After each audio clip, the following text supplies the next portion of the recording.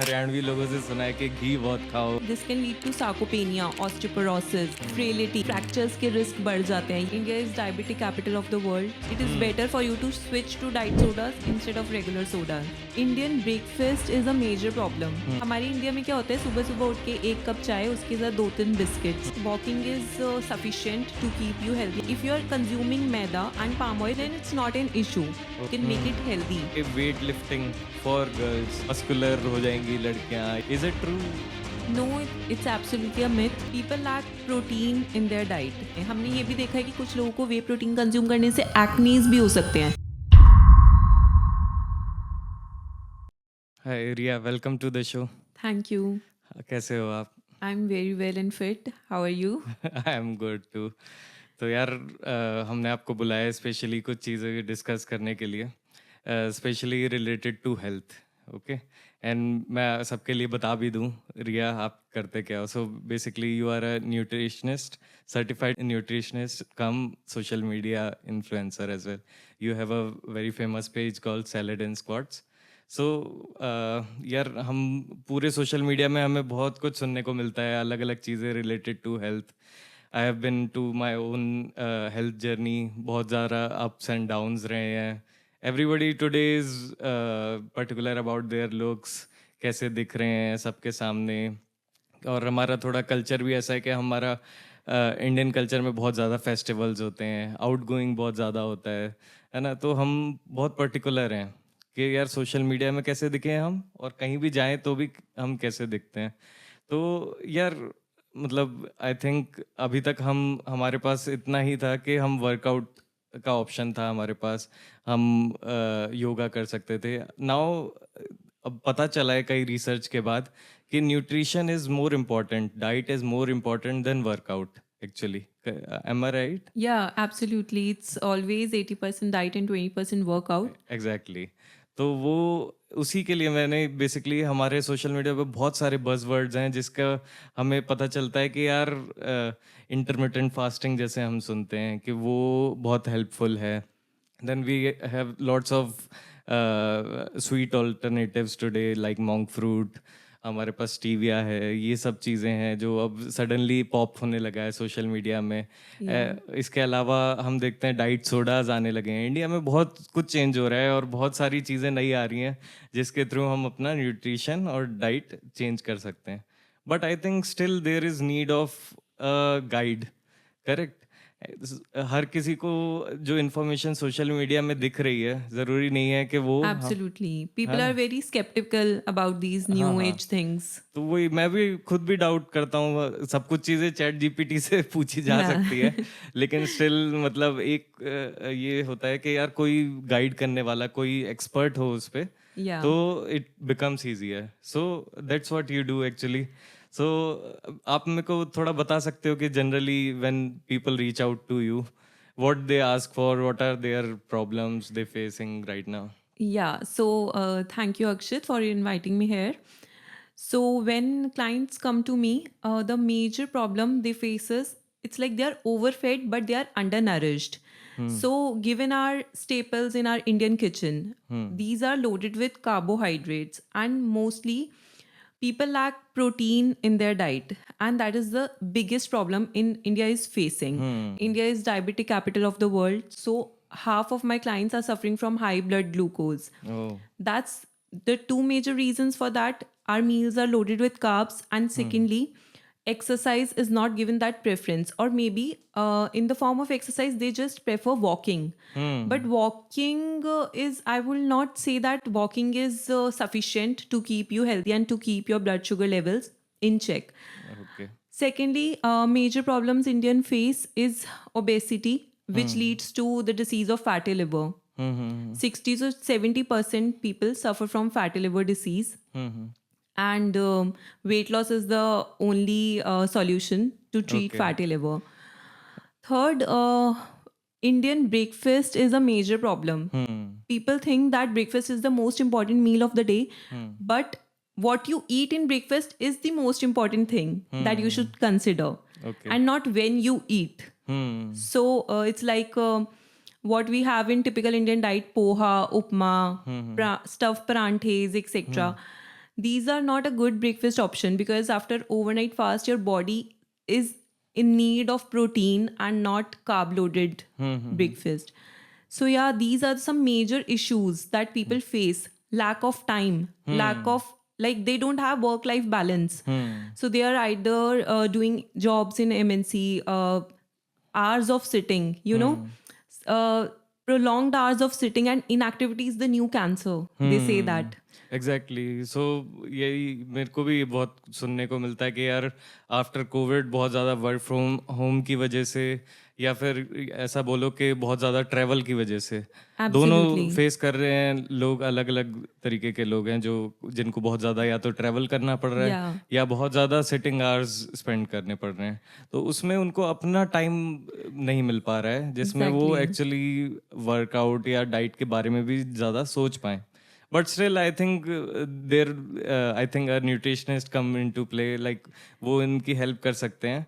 सो मैं थोड़ा सा फिर से स्टार्टिंग से जाना चाहता हूँ। तो हमारे जैसे दादा दादी जी हैं, उन्होंने कुछ पर्टिकुलर चीज़ें हमें बताई थी जब हम छोटे थे कि यार जल्दी उठना चाहिए, हाँ. है ना, और बहुत सारी चीज़ें कि सूर्यास्त से पहले खाना चाहिए हमें। इसके अलावा वॉकिंग का बोला उन्होंने। उन्होंने हर चीज़ का सॉल्यूशन बोला कि किचन में ही अवेलेबल होते हैं स्पाइसेस। सो ये मेरे को लगता है थोड़ा सा फ्लिप साइड ऑफ इंडिया है कि यहाँ पर गुड थिंग्स भी है और बैड थिंग्स भी हैं। सो जैसे आपने मेंशन किया कि हमारा जो डाइट एक्चुअली है, जो हम अगर मैं नॉर्मल प्लेट देखूँ, एक normal healthy Indian vegetarian diet, तो उसको हम क्या सोचते हैं, दाल, rice, may B some salad और रायता, ये सब अचार, आई थिंक ये सब एक कॉमन डेली डाइट होती है एक जनरल इंडियन की, Right. करेक्ट। एंड इसके अलावा भी मतलब हम ब्रेकफास्ट का जैसे आपने मेंशन किया, तो चाय हमारे लिए इतनी ज़्यादा इम्पोर्टेंट है और उसके साथ में कोई भी वेफर, रस्क या बिस्किट Yeah. बहुत ज़्यादा इम्पोर्टेंट हो गया है। तो आई थिंक ये थोड़ा बैलेंस जो है, अभी भी लोगों को बहुत कन्फ्यूजन है कि यार मतलब हम जो ये कर रहे हैं, मैं ज़्यादा हाँ. कैलोरी तो नहीं खा रहा लेकिन फिर भी मेरे को कुछ बेनिफिट नहीं दिखाई दे रहा है उस चीज़ का। सो इसके बारे में मतलब क्या आप बता सकते हो कि डाइट को हम और कैसे इम्प्रूव कर सकते हैं? क्या होता है ना अक्षत, हमारे एंसेस्ट्रल्स ना, उनका they can overload on carbs and still be fine and healthy and have okay. Healthy joints. Why? Because उनका फिजिकल वर्क बहुत ज़्यादा था and they use to have 2 big meals in a day. फिर वो काम पे चले जाते थे ब्रेकफास्ट करने के बाद एंड पूरा दिन उनका फिजिकल वर्क होता था, तो obviously their body needs more carbohydrates.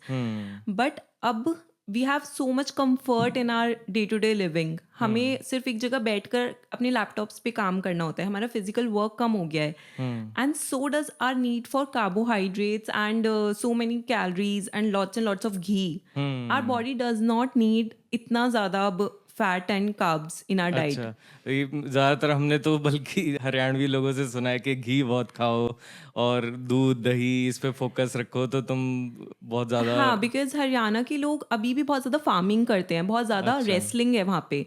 तो या उन लोगों की बॉडी नीड्स अलग हैं, बट अब हम हैं जो नॉर्मल लोग हैं, we are not athletes and we don't do so much of physical work like labours.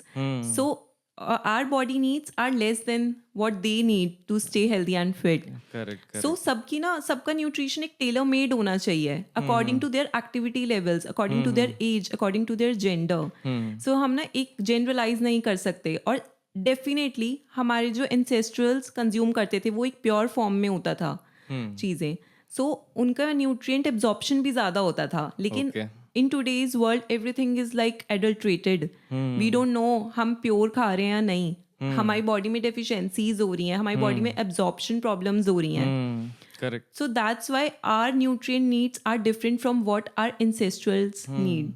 सो हर चीज़ में यहाँ पर बहुत ज़्यादा सुनने को मिल रहा है कि यार जो भी हम खाते हैं बाहर से, उसमें मैदा, पाम ऑयल, ये तो आजकल जनरल है कि होता ही होता है और सब लोग उसको इग्नोर करके रोज़ कंज्यूम करते हैं। इसके बारे में अवेयरनेस इतनी आई डोंट थिंक अभी है अवेलेबल। सो मतलब क्या सही में मैदा और पाम ऑयल बहुत हार्मफुल है? So it's like dosage makes a difference. So okay. if your diet is 80% maida, it will definitely cause harmful effects in your body. But if you are consuming maida and palm oil once in a while here and there, okay then it's not an issue. Okay It's what makes your diet, the 90% of what your diet looks like, that makes a difference. So okay अगर आपकी 90% diet is made of whole foods, millets, healthy carbs, protein rich diet, fruits, vegetables, then consuming 10% of these unhealthy foods won't make a difference. Okay okay okay so यार कुछ buzzwords हैं जो मैं earlier mention कर रहा था। First of all intermittent fasting, इसके बारे में बहुत सुनने को मिल रहा है कि यार हम मेरे को कुछ कुछ वो वैसा ही साउंड करता है जो मैंने अपने दादाजी और से सुना है कि यार स्टार्टिंग तुम अर्ली करो और सूर्यास्त से पहले अपना सारी मील्स कंज्यूम करके ख़त्म कर दो। हाई कार्ब्स आप लेट नाइट में मत लो, लेकिन उसको अब थोड़ा सा वेस्टर्नाइज फॉर्म में हम सुनते हैं कि intermittent fasting. So can you explain me a bit about के मतलब इज इट रियली हेल्पफुल? क्या इसके बेनिफिट्स हैं कि क्या सच्ची में इससे वेट लॉस किया जा सकता है? So, yes, intermittent fasting is like an eating pattern where one alternates between the time window of eating and not eating. अच्छा So, intermittent fasting is just another tool to help you lose weight. The main principle remains the same, that is, calories in versus calories out. So, you have to be in calorie deficit to lose weight. Now, there are various ways you can achieve that calorie deficit. Some people resort to intermittent fasting where they eat for 8 hours and fast for 16 hours. Whereas some people prefer calorie deficit in general. They eat less food throughout the day. Some people prefer to eliminate a whole food group altogether, like keto diet, where they eliminate carbohydrates. So Carbohydrates. these are different ways of achieving that calorie deficit. One should do what they can adhere to. So if my schedule allows me to fast in the morning or in the night, then I would choose intermittent fasting. But if it's not suitable for me, I will not do intermittent fasting. I would choose continuous calorie restriction diet. So both the diets offers same benefits. The benefits basically comes from calorie deficit and weight loss and not Okay. from intermittent fasting. So all the benefits that are related to intermittent fasting comes from fat loss and calorie deficit. तो actually calorie deficit, calories actually हमें ना first of all Indians को यही नहीं पता कि पर बंदा मेरे अलाउड कैलोरीज एक्चुअली या बैलेंस्ड कैलोरीज कितनी होनी चाहिए। तो उसका भी आई थिंक कुछ फॉर्मूला होता है your based on your weight कि आपको कितना खाना चाहिए रेगुलरली और कितना मेरे डेफिसिट में एक्चुअली मैं जाऊंगा कैसे। तो वो आई थिंक उसके लिए कुछ एप्स भी हैं कुछ। Do you know any like So particular? yeah, there are a lot of apps to track your weight, to track your meals. Like MyFitnessPal is one. Okay. You can go there and log in your body metrics, and you will Okay. get. So एक बहुत simple सा rule बताती हूँ। अगर आपकी current diet जो है उसमें अगर आपका वेट मेंटेन है, that means you are consuming your maintenance calories. Okay. So अगर आपका गोल फैट लॉस है, then you need to consume less than what you are currently consuming. Okay. So आप 1 वीक का एवरेज आप track कर सकते हो. अगर आपका वेट मेंटेन है 1 वीक में, then it means you are eating on your maintenance calories. हाँ, ये भी इजी तरीका है कि मतलब मैं Yeah. रेगुलरली अपना वेट देखूं और मैं दिन में क्या क्या खा रहा हूँ Exactly. ये ट्रैक कर लूँ। हाँ. और मेरा अगर एक वीक तक वेट सेम रह रहा है तो मतलब मैं ना तो डेफिसिट है ना मैं बहुत ज़्यादा कंज्यूम कर रहा हूँ। Exactly. सो मेरे को एक्चुअली वो रेगुलर जितना खा रहा हूँ उससे कम खाना पड़ेगा तब Right. मैं कैलोरी डेफिसिट में। Yes, Okay. exactly. So may be intermittent fasting से लोग इसलिए ज़्यादा सोच पा रहे हैं क्योंकि वो ट्रैक कर पा रहे हैं कि यार 12 से 8 तक मैं इतना खाऊंगा हाँ. और मेरा इतने टाइम में इतना ही खा पाऊंगा हाँ. कि बट एक प्रॉब्लम और है इंटरमिटेंट फास्टिंग में. Some people think that they have to stuff themselves, कि उनकी Oh. ईटिंग विंडो ये है तो उनको बहुत सारा स्टफ करना है उसी टाइम पीरियड में, so that outside their eating window they don't feel hungry. But Okay. अगर वो ईटिंग विंडो में अपनी कैलोरी मेंटेनेंस या डेफिसिट से ज्यादा खा रहे हैं, they will not lose fat Exactly. And they will not get benefits of intermittent fasting all together. True true and plus for someone जिसका गोल है मैक्सिमाइज करना मसल मास अपना। लीन मसल टिश्यू हमारा लूज नहीं होना चाहिए जब हम कैलोरी डेफिसिट में हो। तो उसके लिए इट इज़ रिकमेंडेड कि you should have 3 to 4 servings of protein in a day, protein rich meal और may be through protein shakes और एनीथिंग। तो अगर आपकी ईटिंग विंडो एक पर्टिकुलर है और उसमें आप 2 ही प्रोटीन रिच मील खा पा रहे हो, तो that creates an issue sometime to meet your daily protein requirements, and उसकी वजह से मसल लॉस हो सकता है। ओके। अगर specially for someone who does prolonged fast, जैसे कि 36 आवर्स के फास्ट भी करते हैं लोग, आई हैव सीन, तो उसमें मेजर मसल लॉस का इशू रहता है, and that is not good. Indirectly you are becoming fatter. Oh कि अगर आपका वेट लॉस हो रहा है लेकिन उसका ज्यादा प्रोपोर्शन आपके मसल्स से जा रहा है as compare to fat, you are getting fatter.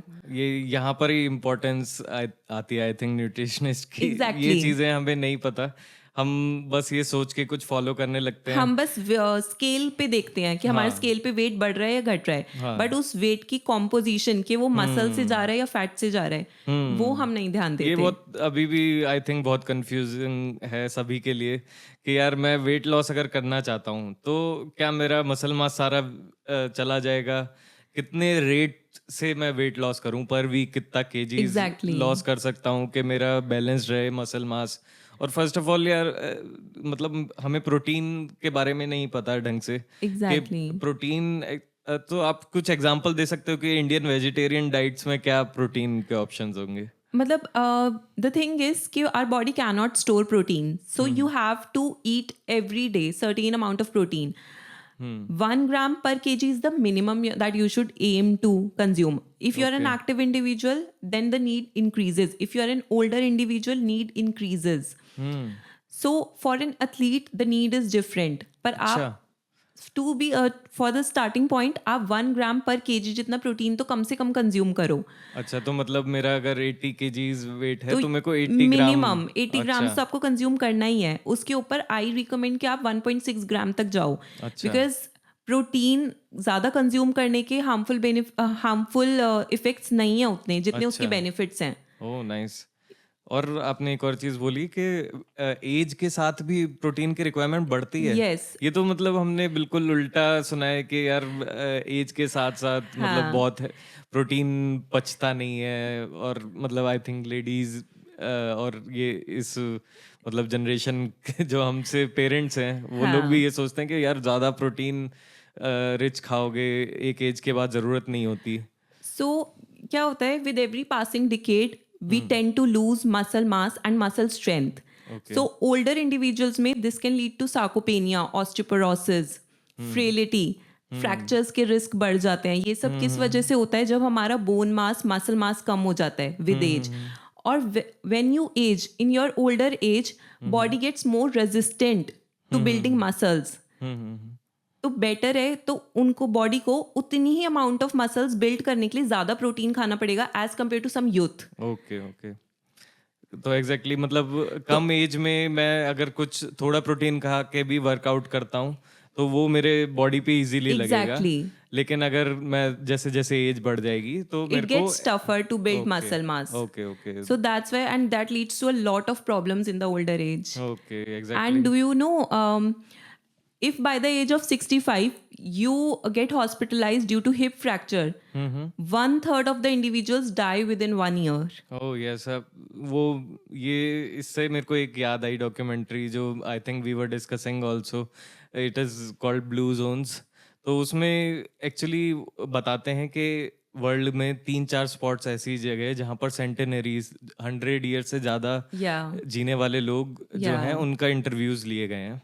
सो उधर यही एक बहुत की रीज़न यही बताया कि activeness of the lower body. Exactly. जिन लोगों की लोअर बॉडी की एक्टिव ज़्यादा होता है वो ज़्यादा काम ऐसे करते हैं जैसे गार्डनिंग का काम या फिर कुछ हिल पे वॉक करने का काम। कई लोग ऐसे जगह हिली एरियाज में रहते हैं तो वो लोग भी ज़्यादा जीते हैं बिकॉज उनकी लोअर बॉडी स्ट्रेंथ हमेशा ज़्यादा होती ज़्यादा है। होती है. हाँ सो अगर एक टिपिकल इंडियन डाइट में देखा जाए तो लोगों को लगता है eating a cup of dal is enough to get their protein intakes, but ऐसा नहीं होता. A cup of dal would give you only 9 to 10 grams of protein, and even that protein is not complete. जैसे we have 9 essential amino acids जो कि हमें diet से लेने होते हैं. जो ओके। प्लांट बेस्ड फूड्स होते हैं उसमें सारे एसेंशियल अमीनो एसिड्स नहीं मिलते, so we have to combine dal with rice, क्योंकि कुछ अमीनो एसिड्स में दाल लैक करती है एंड कुछ अमीनो एसिड्स में आर राइस लैक्स, सो हम दोनों को कंबाइन करते हैं to get whole protein. Okay. But वो भी इनफ नहीं होता हमारा, until unless you are eating may be low fat paneer every day, you are eating tofu, soybean, tempeh, yogurt, eggs every day, आपकी प्रोटीन नीड्स पूरी करना मुश्किल होता है। You have to consciously add protein first to your plate and then carbs and fats and अच्छा, everything. ठीक है। तो हमें मतलब इंटरमिटेंट फास्टिंग में ये पता चलता है कि हम चाहे उसको फॉलो कर रहे हैं, लेकिन हम फर्स्ट ऑफ ऑल हमें कैलोरी ट्रैक करनी पड़ेगी ऑब्वियसली। एग्जैक्टली, हाँ। कि ज़रूरी नहीं है कि तुम 8 घंटे ही खा रहे हो, लेकिन क्या पता ज़्यादा अपनी नेसेसिटी से ज़्यादा कैलोरीज खा रहे एग्जैक्टली हो। कि अगर आप उस 8 घंटे में पिज्ज़ा, बर्गर, पेस्ट्रीज हाँ। खा रहे हो तो वो उसका कोई फ़ायदा नहीं होगा। हाँ, हाँ। सेकंड ईयर हम जितना भी जो खा रहे हैं उस ड्यूरेशन में वो बैलेंस्ड कितना है, कि उसमें प्रोटीन का अमाउंट कितना है, कैलोरीज के अलावा प्रोटीन कितना डिस्ट्रीब्यूटेड है, फैट्स कितने हैं, गुड फैट्स, और कार्ब्स कितना है, उस पे भी वो भी इम्पोर्टेंट है। और थर्ड पॉइंट बेसिकली कि workout is necessary in like every even after. Absolutely. Exercise हाँ, has its own benefits apart हाँ। from fat loss, muscle gain. Exercise के अपने इतने बेनिफिट्स हैं कि आप अगर वेट लॉस नहीं भी हो रहा ना आपका एक्सरसाइज, या फिर आपका वेट लॉस एम नहीं भी है, even then you should exercise because उसके there are ample ample of benefits ठीक है। For it. तो रिया, हमने बात करी बहुत सारे वेजिटेरियन ऑप्शंस की, जो कि जैसे आपने पनीर बताया, टोफू बताया, योगर्ट बताया, बहुत सारे ऐसे ऑप्शंस हैं। तो वहीं पर ही एक क्वेश्चन आता है वे प्रोटीन का। ठीक है, हर कोई हर पूरे टाइम ये सारे ऑप्शंस हर दिन अवेलेबल हो पाना, जैसे टोफू बहुत इजीली मार्केट में अब शायद इजीली मिल जाता है, लेकिन फिर भी इतना ओपनली अवेलेबल नहीं है। The only thing that remains is dal and paneer in vegetarian diet. तो वेजिटेरियन डाइट में क्या मैं वे प्रोटीन एक ऑप्शन देख सकता हूँ? Absolutely, you should add whey protein in your diet if you are a pure vegetarian. Okay. Because the thing is लोग अभी भी स्केप्टिकल है इंडिया में वे प्रोटीन को लेके। Whey protein is a supplement, it is not steroid. सबसे पहले तो whey protein is a derivative of milk only. जैसे आपका योगर्ट है, जैसे आपका पनीर है, ऐसे ही आपका वे प्रोटीन है। जब आप पनीर बनाते हो तो उसमें जो ऊपर पानी बच जाता है, that we discard of, that is our whey. Oh. Whey so it's like कि इंडियन डाइट में प्रोटीन नीड्स पूरी करना डिफिकल्ट है, so whey comes in handy. It is a convenient source of getting your protein intake. जैसे कि आपके पास time नहीं है सुबह, you have to rush to office, you can have whey protein along with a fruit, that makes a healthy breakfast for you. Okay. तो उसके बाद आप अपनी स्मूदीज, योगर्ट में प्रोटीन ऐड कर सकते हो, you can make it healthy. Hmm. So it's like it depends कि आपकी पूरे दिन की डाइट कितनी है, आपकी प्रोटीन रिक्वायरमेंट कितनी है, and I think way protein is very convenient source. हाँ, तो यही इंफॉर्मेशन आई थिंक अवेलेबल नहीं है बहुत जगह। अभी भी लोग बहुत स्केप्टिकल हैं, जैसे आपने बोला। सो बेसिकली जनरली मैं किसी भी दोस्त को से बात करूं तो वो यही बोलेगा कि यार, अगर तुम वर्कआउट नहीं करते तो वे प्रोटीन क्यों ले रहे हो, है ना? वे प्रोटीन तो मतलब पचेगा नहीं, तेरे को अब्जॉर्ब नहीं होगा, वेट और बढ़ जाएगा। सब इस हिसाब से सोचते हैं वे प्रोटीन के बारे में, है ना? या if you are a breathing walking individual, you need protein, your body needs protein. अब वो आप फूड सोर्सेज से ले रहे हो या वे प्रोटीन से ले रहे हो, it is one in the same thing. अगर आप रेगुलरली फूड सोर्सेज प्रोटीन के कंज्यूम नहीं कर रहे हो, then there is no harm in going for whey protein. हमारे इंडिया में क्या होता है, सुबह सुबह उठ के 1 कप चाय, उसके साथ 2-3 बिस्किट्स, वो लोगों को ठीक लगता है, they think that is healthy, and वो अनहेल्दी भी है तो they are okay with it. But when it comes to whey protein, there are so many question, so many doubts कि what we are consuming. The only thing that matters is कि आप एक अच्छी quality का protein लो, आप एक okay. अच्छी trusted brand का प्रोटीन लो, आप थर्ड पार्टी टेस्टिंग उसमें चेक करो लेबल पे, दैट इज वॉट मैटर्स। और हाँ, तो इसमें ये सेकंड क्वेश्चन एक और जो आता है जनरली, कि वे प्रोटीन से लोगों को गट इश्यूज या फिर कई ऐसे इश्यूज उनको लगता है कि होने लगे हैं। तो क्या मतलब एक्चुअली उसका मॉलिक्यूलर या बना कैसे होता है whey protein? Can you explain that? So it's like it is very subjective. क्या हुँ, होता है कि कुछ लोगों को मिल्क सूट नहीं करता, मिल्क एंड मिल्क प्रोडक्ट्स, तो हुँ, उनको प्रॉब्लम हो सकती है वे प्रोटीन डाइजेस्ट करने में। हमने ये हुँ, भी हुँ, देखा है कि कुछ लोगों को वे प्रोटीन कंज्यूम करने से एक्नेस भी हो सकते हैं। हुँ, हुँ, हुँ, ऑल्दो स्टडीज में ये फाउंड नहीं हुआ है कि whey hmm, protein is linked to acnes, but yeah everybody is different. Hmm, so hmm, हाँ, सो इट्स लाइक कि वे प्रोटीन के दो तीन तरह के आते हैं, whey protein concentrate, whey hmm, hmm, protein isolate and hmm, then hmm, hydrolysate. Hmm, hmm, अगर आपको कॉन्सेंट्रेट जो होता है उसमें 35 से 80% is protein, rest is carbs, fats and lactose. Hmm, hmm, hmm, अगर आपको वो डाइजेस्ट करने में प्रॉब्लम हो रही है, then you can go for whey protein isolate, okay, जिसमें कि लैक्टोज मिनिमम होता है। अच्छा, that is 90% protein only, and अच्छा, that would be easy on your gut. अच्छा, और तो जो हाइड्रोलिसेट होता है वो और ज़्यादा रिफाइंड होता है, and that is just totally protein. हुँ, वो हुँ, आपके लिए हुँ, और इजी होगा, that is pre digested protein, so आपकी ओके, गट को वो डाइजेस्ट करने में उतनी प्रॉब्लम नहीं होगी। You can go for that then. अच्छा और और अगर हुँ। आपको वे प्रोटीन सूट नहीं कर रहा, then you can go for plant based protein अच्छा, पाउडर्स। तो प्लांट बेस्ड प्रोटीन भी हाँ, जैसे मैं वही पूछने वाला था आपसे कि जैसे आलमंड बेस्ड और प्लांट बेस्ड अलग-अलग तरीके का वे प्रोटीन होता है। तो क्या मतलब उसका भी असर सेम वे प्रोटीन जैसा ही बॉडी को होगा या फिर नहीं? Actually the thing is, plant based protein में देर आर पी प्रोटीन, सोए प्रोटीन, हुँ, ऐसे राइस प्रोटीन, अलग अलग तरह के प्रोटीन होते हैं। लेकिन हमें पता है कि plant based food sources are not complete sources of protein, उसमें 9 हुँ, एसेंशियल अमीनो एसिड्स नहीं होते। So I would recommend you कि आप एक ब्लेंड लो। जब भी ओके। आप कोई protein, plant based protein purchase करो, तो उसमें आप एक ब्लेंड प्रेफर करो, जैसे पी और राइस प्रोटीन का blend, hmm, hmm, hmm, rather than having just pea protein. Hmm, hmm, hmm, hmm, okay. So so plant-based protein powders comes closer to whey, but अच्छा, they are not that superior. Okay. You have to consume a little bit of more quantity of plant-based proteins to get hmm, the hmm. same benefits. हाँ, तो ये तो है options but obviously whey proteins are expensive मतलब मतलब cheap price में भी मिलते होंगे but I don't know about their quality so थोड़ा ट्रस्ट इशू होता है वहाँ पर कि हम कौन से टाइप का लें हमने कॉमन नेम सुने हुए हैं optimum nutrition and all but still I think ये तो एक ऑप्शन हो गया जो for the people who can afford कि यार मैं वे प्रोटीन बेस्ट से बेस्ट कैटेगरी बेस्ट से बेस्ट कंपनी का लूँ बट अगर मैं थोड़ा चीप सोचना चाहूँ कि कोई और तरीका जिससे मेरी प्रोटीन एब्जॉर्प्शन बढ़ जाए सॉरी ना बढ़ जाए कंजम्पशन बढ़ जाए कोई और ऑल्टरनेट सो आप ऐसा कर सकते हो कि आप घर में सोया न्यूट्रेला जो आती हैं, सोया चंक्स होती हैं, hmm you can hmm have that.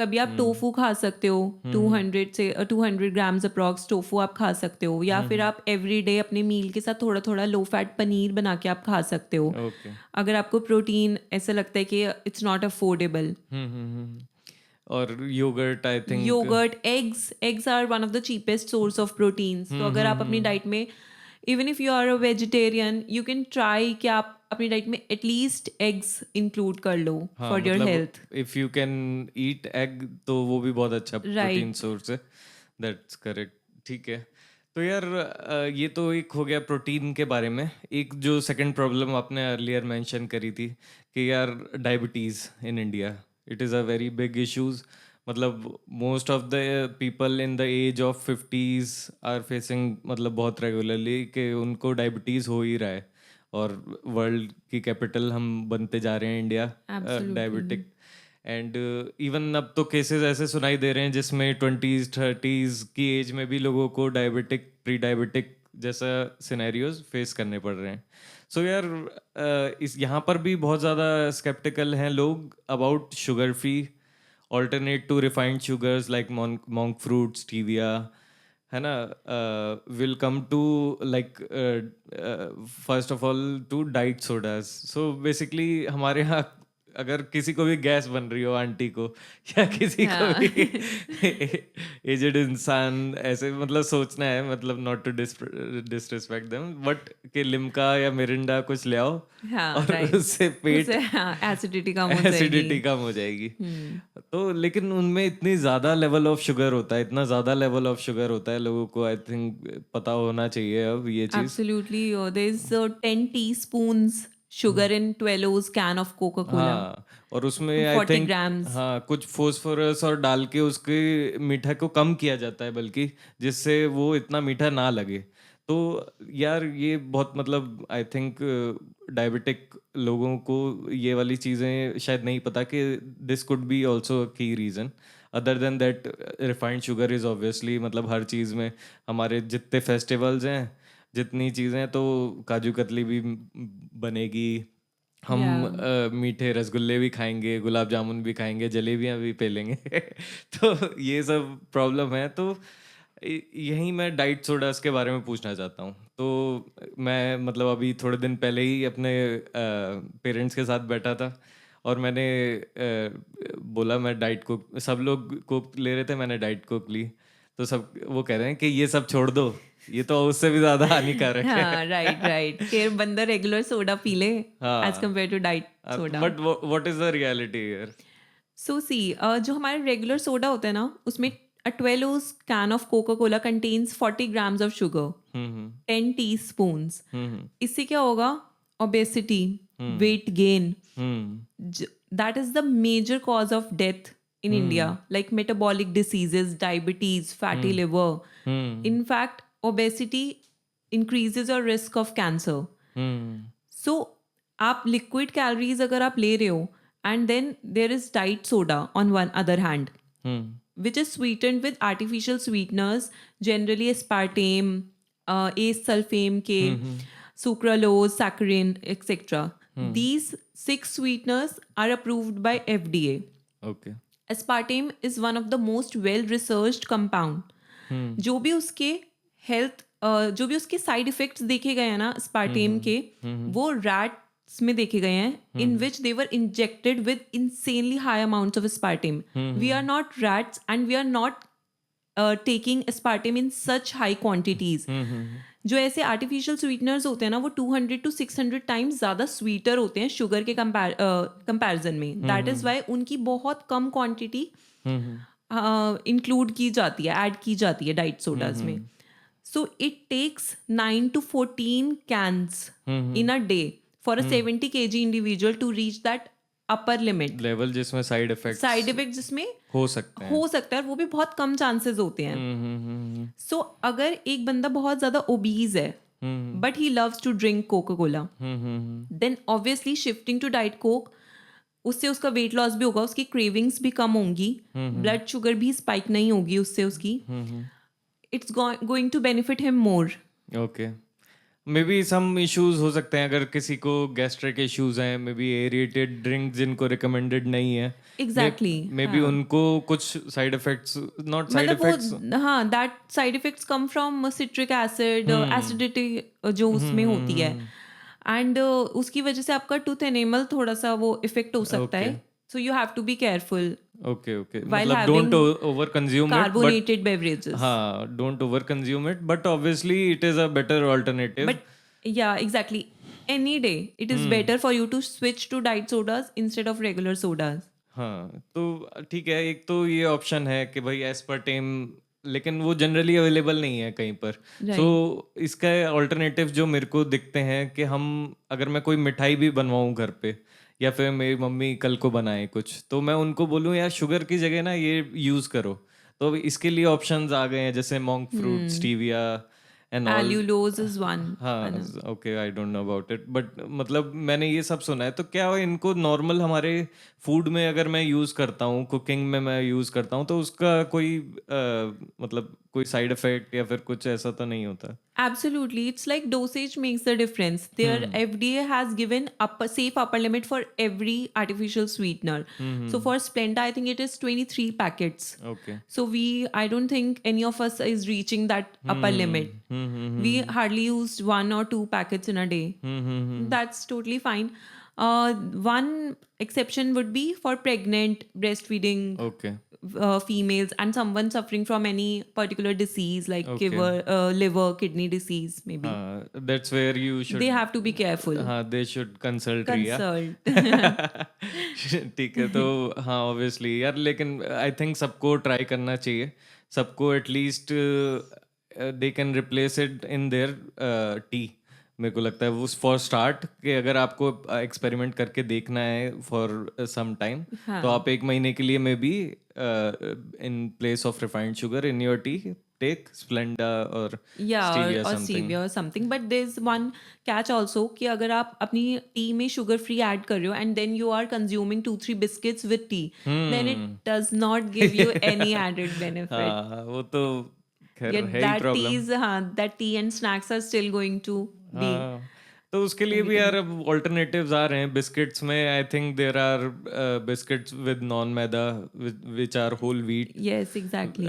which are doesn't contain palm oil and everything, so वो still, but I think breakfast जैसे बोला आपने कि बहुत important मील है हमारे लिए in throughout the day, so उसको उसमें हमें प्रोटीन भी इंक्लूड करना ज़रूरी Exactly. है। At least 30 grams of protein you should consume अच्छा, in breakfast. हाँ, सो यार ये बहुत इम्पोर्टेंट है हमारे लिए जानना कि खाली टी और बिस्किट को हम ब्रेकफास्ट नहीं समझना चाहिए, हमें Exactly. एक्चुअली प्रोटीन कंटेंट और कुछ ऐसा सॉलिड। सो इसमें भी मैं एक चीज़ पूछना चाहूँगा, जैसे हमारे पास अभी जनरली हम क्या खाते हैं, पोहा, उपमा, उपमा, पोहा, सैंडविच हो गए, सैंडविच, परांठेज हो गए, स्टफ हाँ परांठेज. हाँ, इन सबको क्या कुछ प्रोटीन रिच करने के लिए क्या किया जाए? सो बेसिकली यू कैन डेफिनेटली, अगर आप पोहा बना रहे हो तो आप उसमें थोड़ी सी पीज ऐड करो, हम्म। उसमें आप वेजीज ऐड करो, हम्म। उसमें आप थोड़ा सा पनीर ऐड करो. हम्म। Don't just reduce the quantity of flattened rice, that hmm. is poha, and increase the quantity of vegetables and paneer. Parantha paneer. bhi bana rahe ho, so just stuff some paneer in it. Just use millet flour hmm. along with wheat flour. हम्म। उसके बाद आप sandwiches भी बना रहे हो, just try to make it rich in vegetables and rich in hmm. some protein like paneer or tofu stuff करके आप हम्म। बना सकते हो हम्म। sandwiches. Just you have to consciously make these day to day changes. Okay, so in terms of food diabetic, और अगर आप कुछ भी ऐसा प्री डायबिटिक फेस कर रहे हैं तो ये ऑल्टरनेटिव्स हैं। Yes. उन लोगों के लिए या फिर किसी के लिए भी जो ऐसा फेस कर रहा है, उसके लिए कुछ वर्कआउट में भी क्या वो कुछ कर सकता है? वर्कआउट कैन हेल्प, मतलब reduce. Absolutely, absolutely. Workout is like the longevity drug that we all are looking for. Hmm. Usme definitely you have to do strength training 3 to 4 times a week at least, hmm. because the greater the muscle mass you have, the better your body will absorb glucose. Your hmm. better glucose use आपकी body में effective हो जाएगा, आपकी muscles वो glucose ले लेंगी extra, सो आपका हम्म। Blood sugar level वो आपका कंट्रोल में आ हम्म। जाएगा. ओके, तो वो भी बहुत इम्पोर्टेंट है वो भी वर्कआउट। बहुत इंपॉर्टेंट है. हाँ, तो यहाँ पर ही मतलब हमारे audience obviously not only men, there are women also, so उनके लिए यार एक टैबू जो सोचा जाता है कि वेट लिफ्टिंग फॉर गर्ल्स, कि एकदम से कुछ मस्कुलर हो जाएंगी लड़कियाँ, या फिर उनके लिए वेट ट्रेनिंग से ज़्यादा इम्पोर्टेंट नॉर्मल कार्डियो है, उनको ज़्यादा लिफ्ट नहीं करना चाहिए heavy weights. Is it true? No, it's absolutely a myth. Hmm. लोगों को लगता है कि girls should do dancing, yoga, hmm. Walking, whereas boys should only do strength training, weight training. Hmm. But ऐसा नहीं है, बिकॉज वेट ट्रेनिंग के जितने इतने एम्पल ऑफ बेनिफिट्स हैं. For example, looks is one, hmm. increasing in self esteem, confidence, body posture, hmm. flexibility. Hmm. It weight training promotes it all.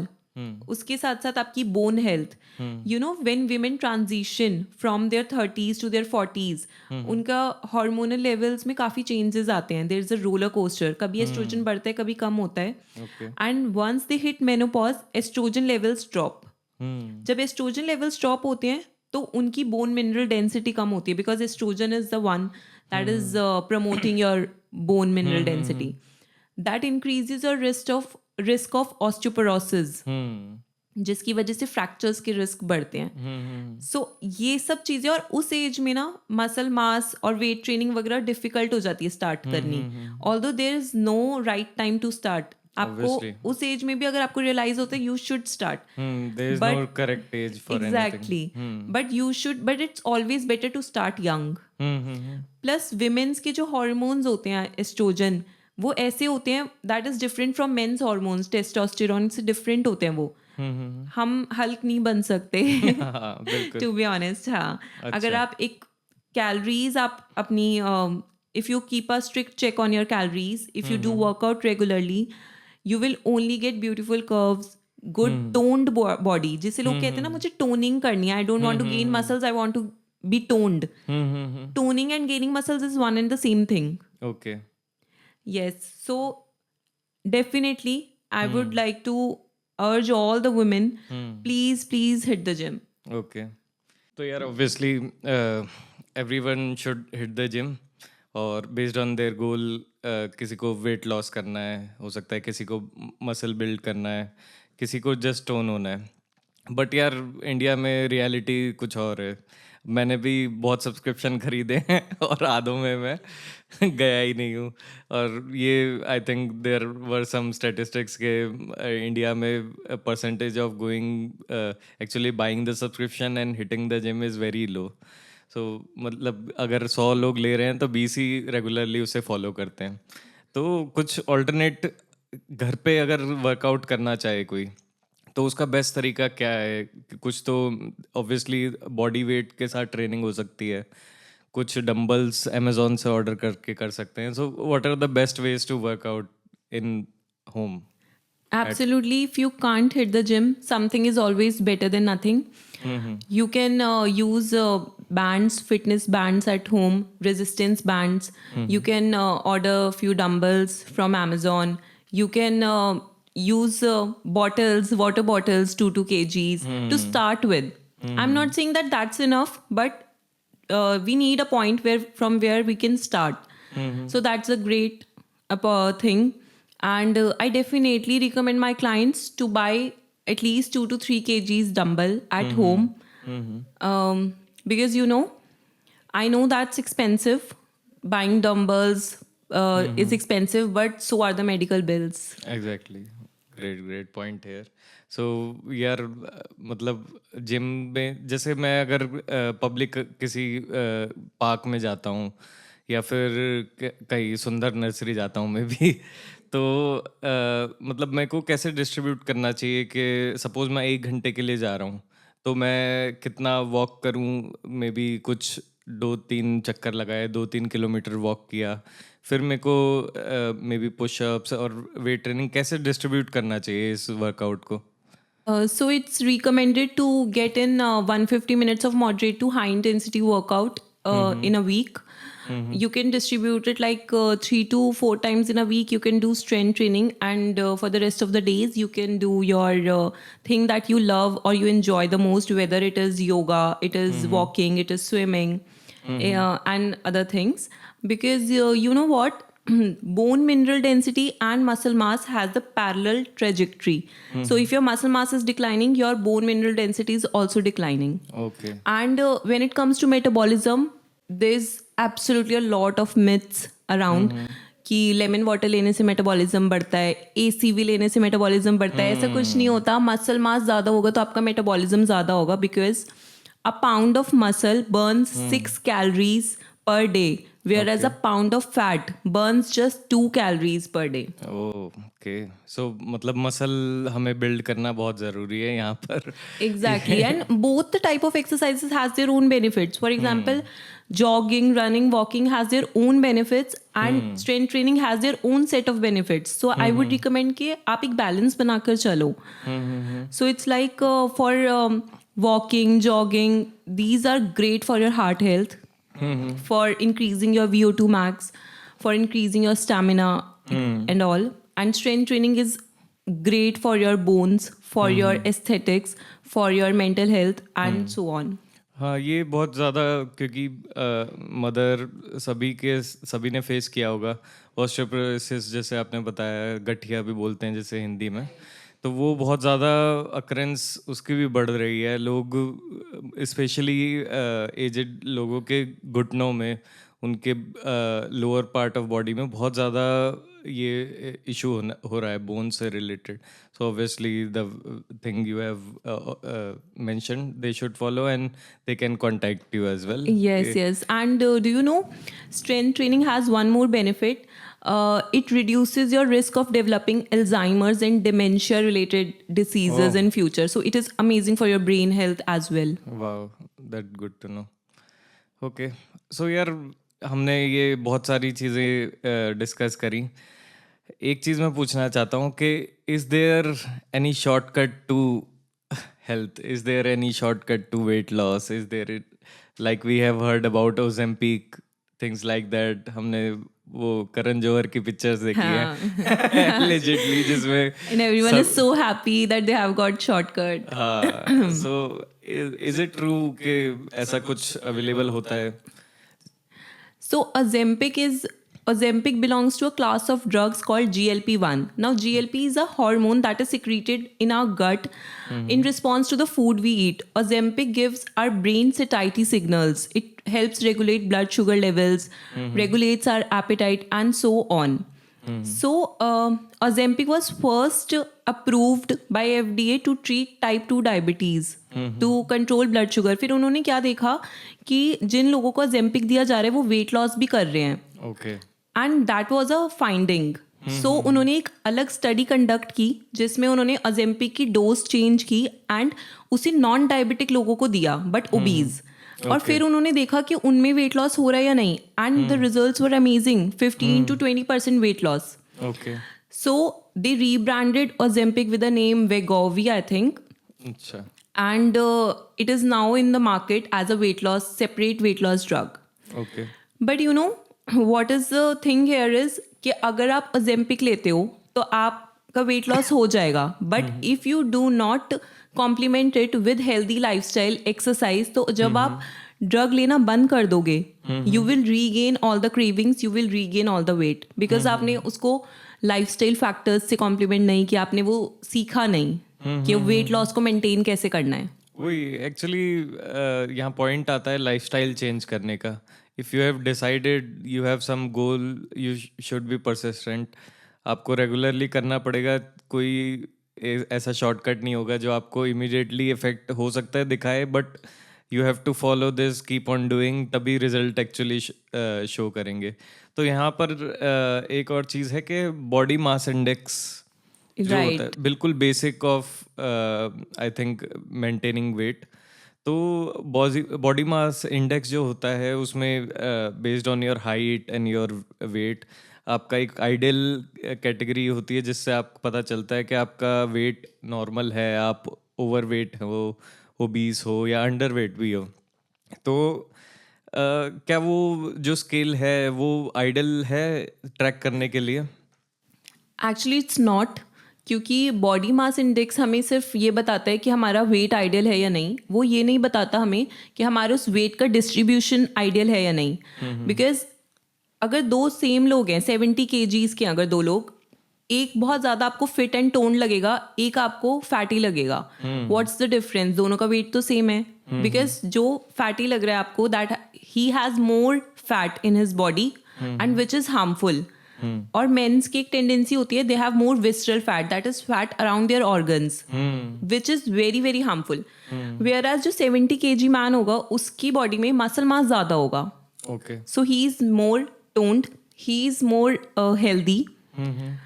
So that makes a difference. So we have to see कि आपका वो weight किस चीज़ का बना हुआ है, whether it's made of lean mass or whether it's made of mostly fat. ये कैसे आइडेंटिफाई किया जा सकता है? There are various techniques to check that.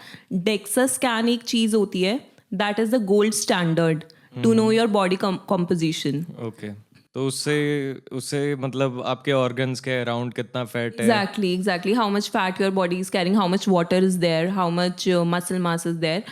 And in our health and fitness facilities, there is a machine called bioimpedance analysis, in which a current runs through our body. Okay, Very slight current runs through our body, and it measures the amount of fat and muscles that we Okay, have, okay. but it is not that appropriate. So DEXA scan is the gold standard, and then we have calipers. Okay, So you can buy a caliper from Amazon, and there are various. You can find it on Google that how to use a caliper and how to extract the information regarding our okay. body fat. There are certain portions of the body that you have to measure using that calipers, and then it Okay. will tell you how much fat your body has. There's some Okay. you have to make some calculations, very petty calculations and you will get to know. पूरे body का तो फिर भी I think लोगों को information नहीं है, लेकिन डॉक्टर के पास जाओ तो वो ये ज़रूर आइडेंटिफाई करके बता देते हैं कि फैटी लीवर है आपको। सो बहुत कॉमन है, इवन मैन में आपने जैसे बताया बहुत कॉमन है। तो फैटी लीवर को एक्चुअली कैसे हम मतलब उसके लिए क्या कर सकते हैं? You have to reduce overall fat from your body. That is the number one drug to treat fatty liver. Exercise, eating clean, and then you have to stop having the sugary beverages, biscuits, packaged foods, भुजिया, नमकीन, ये सब एक healthy lifestyle factor, एक healthy lifestyle ही आपका fatty liver treat कर सकती है. So you have to be mindful of what you are eating, how much you are eating, whether you are exercising regularly or not. That are the main things to treat fatty liver. Okay okay. So हमने अभी तक यार generally बात करी या तो muscle building या फिर बॉडी वेट लॉस। तो आपके पास क्लाइंट कुछ ऐसे भी आते होंगे जो अंडर वेट होते होंगे, है ना? तो मतलब उन लोगों के लिए आपके कैसा रहा है, मतलब उनको आप क्या बताते हो? और मतलब under weight is also a problem, I think it is not the ideal scenario for them also, कि उनको वरी नहीं करना मेडिकल इश्यूज़ के बारे में, because under weight is also I think लोगों को ज़्यादा जब पतले होते हैं उनको तब भी हाउ दे लुक वो अफेक्ट होता है उससे, plus medical issues can be also. Yeah, exactly. If someone is underweight, first we have to know their symptoms. If they are having normal blood pressure, if they're having energy in their body, if they feel blackout when they get up. So we have to ask few questions and then see, you know what? There's something called sarcopenic obesity. Even if you are normal weight or you are underweight, you can be fat. If you have more fat in the body as compared to muscles. So for an underweight client, I definitely suggest कि they should consume a little bit more calories than their maintenance. So for example, they don't need जो लोग बहुत लीन होते हैं उनका एक mindset होता है कि मैं जिम क्यों जाऊँ, मुझे थोड़ी पतला होना है, I am already very lean, and उनका माइंडसेट होता है कि कुछ भी खा लो मुझे नहीं लगता, but in the long run they have to pay for that. So आपको वेट गेन भी करना है, that should be in a healthy way. So you need to consume 200 to 300 calories in surplus, or maybe 500 if you are extremely underweight. Along with that, you have to gain a little bit of fat. अगर आपको body में fat बहुत कम है, लेकिन अगर आपका fat body में ठीक है, then you should focus on resistance training, strength training, कि वो जो आप वेट गेन करो वो आपका मसल से आए. Because वरना क्या होता है, वेट गेन करने के चक्कर में वो टमी फैट ज़्यादा गेन कर लेते हैं. एक्चुअली ये मैंने कई जगह सुना है, दूसरे एक पॉडकास्ट में भी सुना है कि सब कॉन्टिनेंट में एक बॉडी स्ट्रक्चर कॉमन है मेंस में, जिसमें वो आइडियली लीन होंगे बट टमी एरिया पे फैट आ जाएगा. That is the sign of you are trying to gain weight in an unhealthy way. Eating junk food is not suitable for anyone. हाँ, उनको जनरली बोला जाता है मिल्क एंड बनाना आप ज़्यादा कंज्यूम करो. Like that is an easy way to get in the calories. Milk and banana is totally fine, but eating a lot of pastries, cakes, brownies and namkeens, snacks, that is not healthy. Okay. ठीक है रिया, thanks. I mean बहुत चीज़ें हमने discuss करी. कुछ I think मेरे हिसाब से खाली कोई परफेक्ट सिनेरियो नहीं होता, हर किसी को एक्सपेरिमेंट करके देखना चाहिए अपने साथ, व्हाट सूट्स देम बेस्ट. हो सकता है आप वर्कआउट ना करो, लेकिन आपको शायद कुछ क्रिकेट खेलना पसंद हो, आपको बैडमिंटन खेलना पसंद हो. बहुत सारे बॉक्स क्रिकेट और हमने देखा है अब खुले हैं. Staying active is the key. Yeah, very important. कुछ भी छोटी छोटी चीज़ें लोग कर सकते हैं. आई थिंक अगर लॉन्ग आवर्स भी हैं आपके जिसमें आप बैठ के काम करते हो तो you can stand and work. Exactly. Or you can just do calf raises. Even if you are sitting whole day and you're doing desk job, then you can do calf raises. Even that is going to activate your calf muscles and going to burn your calories and better blood sugar control also. जैसा कि यार हमने काफ़ी चीज़ें discuss करी हैं related to health, but everything starts with grounds up.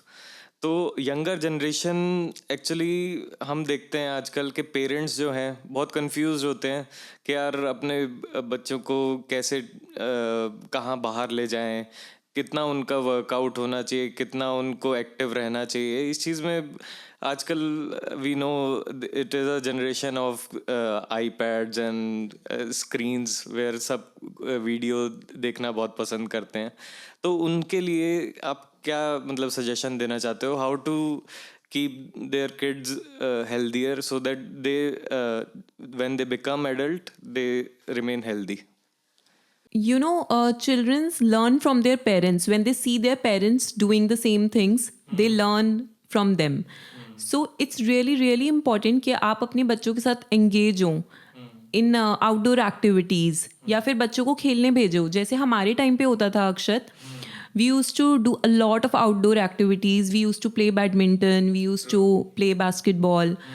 हमारे time पे उतना फ़ोन नहीं थे, लेकिन आजकल kids are like PlayStation and iPads. They have everything from very young age.